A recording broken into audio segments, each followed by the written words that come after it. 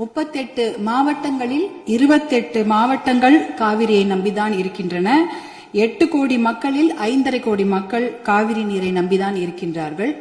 காவிரி நீர் பாத்தீங்கன்னா குடகு மலை, அதாவது கூர்குல கர்நாடகாவில் ஆரம்பித்து மேற்கு தொடர்ச்சி மலை வழியாக தர்மபுரி மாவட்டத்தில் தான் தமிழ்நாடுக்கு முதல்ல வருகிறது. தர்மபுரி மாவட்டம் பிலிகுண்டுல தான் அது உள்ள தமிழ்நாட்டுக்குள்ள நுழைகின்றது.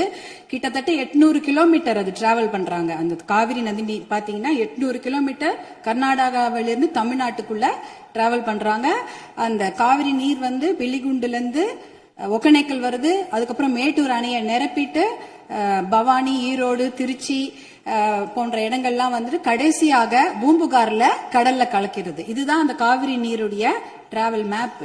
இதுல பாத்தீங்கன்னா 320 கிலோமீட்டர் மட்டும்தான் கர்நாடகாவில் காவிரி பாய்கிறது. பார்டர், அதாவது அந்த பார்டர்ல 60 கிலோமீட்டரும் தமிழ்நாட்டுக்குள்ள 420 கிலோமீட்டர் காவிரி நதி நீர் ஓடுகிறது. அப்படி என்றால் நமக்கு தான் அதிகமான உரிமை.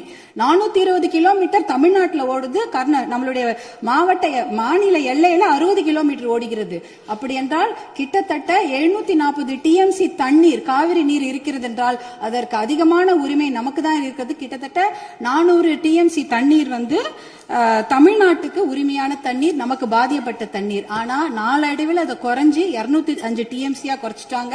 192 டிஎம்சி அதை குறைச்சிட்டு இன்றைக்கு 177 டிஎம்சி தண்ணீர் தான் தமிழ்நாட்டுக்கு என்ஷூர் பண்ணியிருக்கிறாங்க. அதாவது அந்த காவிரி நடுவர் மன்ற தீர்ப்புல பாத்தீங்கன்னா Karnataka has to ensure to give Tamil Nadu 177.25 TMC தண்ணீர்னு அங்க வாக்கியங்கள் வருது. இது 178 டிஎம்சி நமக்கு இறுதி தீர்ப்பின்படி வர வேண்டிய தண்ணி. ஆனா என்ன பாத்தீங்கன்னா நம்ம கடைமடை மாநிலம், கர்நாடக அரசு முதல் மடை மாநிலமாக இருக்கின்றது. சுப்ரீம் கோர்ட், உச்சநீதிமன்ற தீர்ப்பின்படி கடைமடை மாநிலத்தின் அனுமதி இல்லாமல் எந்த ஒரு கட்டுமான பணியும் எந்த ஆற்றுப்படுகையிலும் கட்டக்கூடாது. குறிப்பாக காவிரி நதி நீர் மேல கட்டக்கூடாது. ஆனா 4 டேம் இருக்கு. 1931 கிருஷ்ணராஜசாகர் டேம் இருக்கு. அது ஆங்கிலேயர் காலத்தில் கட்டப்பட்ட டேம்.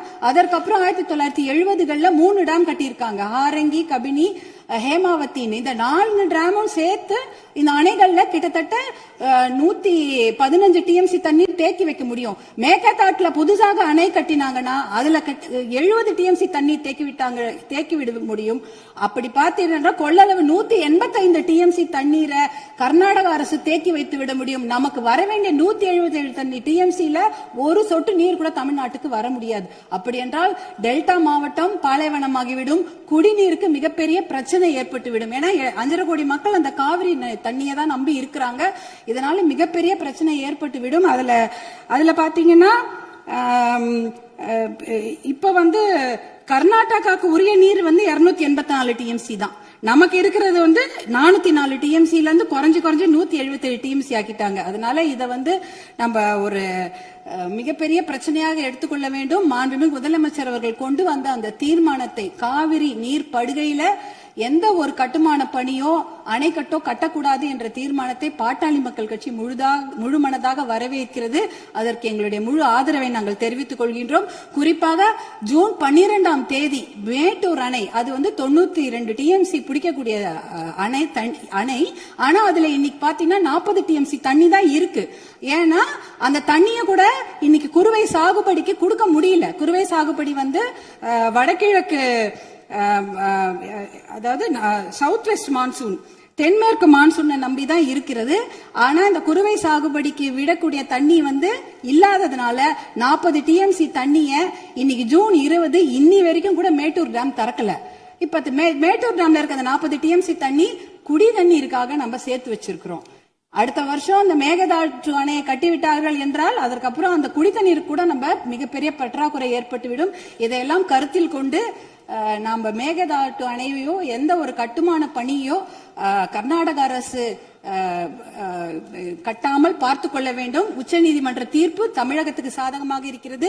காவிரி நடுவர் மன்ற தீர்ப்புகளும் நமக்கு சாதகமாக இருக்கிறது. இதை நாம் முனைப்புடன் இருந்து தொடர்ந்து செயல்பட்டு இந்த மேகதாடு அணை கட்டுவதை தவிர்க்க வேண்டும்.